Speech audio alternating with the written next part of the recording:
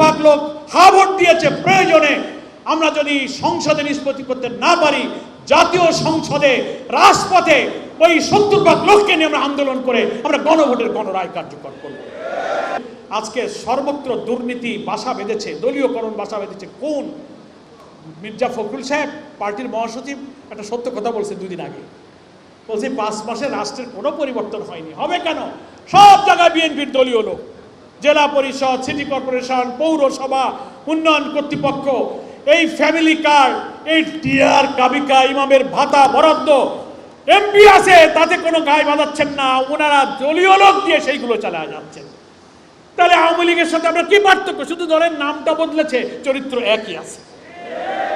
সেই জন্য ফ্যাসিবাদের পথে, সর্বনাশার পথে আপনারা যে পা বাড়িয়েছেন, এখান থেকে ফিরে আসুন। জনগণের প্রত্যাশা হচ্ছে দলীয়করণ মুক্ত সুন্দর বৈষম্যহীন রাষ্ট্র গঠন করা।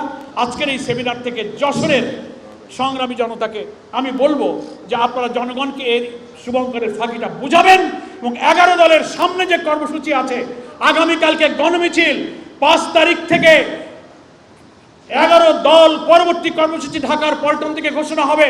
এগুলো বাস্তবায়নের মধ্য দিয়ে এই যে প্রত্যাশা পূরণ হলো না, তার প্রাপ্তি অর্জনের জন্য দুর্বার আন্দোলন আমাদেরকে গড়ে তুলতে হবে। তারেক সাহেব হাতে ভোট দিছে না, সালাউদ্দিন সাহেব দিছে না, যদিও শেষের দিকে ওনারা হাতে ভোট দিতে কইছে, বলছে তো। তাহলে আপনি হাতে ভোট দিলেন, আবার গণভোটের সেই প্রশ্ন আপনি মানবেন না। এই জন্য আমরা বলি রহস্যটা হচ্ছে ওনারা জুলাই সনদ মানবেন মানে ওই কয়টা বাদ দিয়ে মানবেন সেটা বলেন, কিন্তু একবারও বলেন না যে আমরা এই গণভোটের গণরায়কে মেনে নেব। কোনোদিন কি বলেছে বিএনপির কোনো নেতা বক্তায় বলেছে যে আমরা গণভোটের গণরায় মেনে নেব? কেন দেবেন না? আপনি তো ভোট দিয়েছেন। তাহলে কি আপনার দেওয়া হা ভোটকে আপনি ইগনোর করবেন? তাহলে আপনি পার্লামেন্টে বলেন যে না, আমি মুখে বলেছিলাম কিন্তু আসলে আমি হাতে ভোট দেইনি, নাতে ভোট দিয়েছি। সংসদে বলেন, তাও তো বলেন না,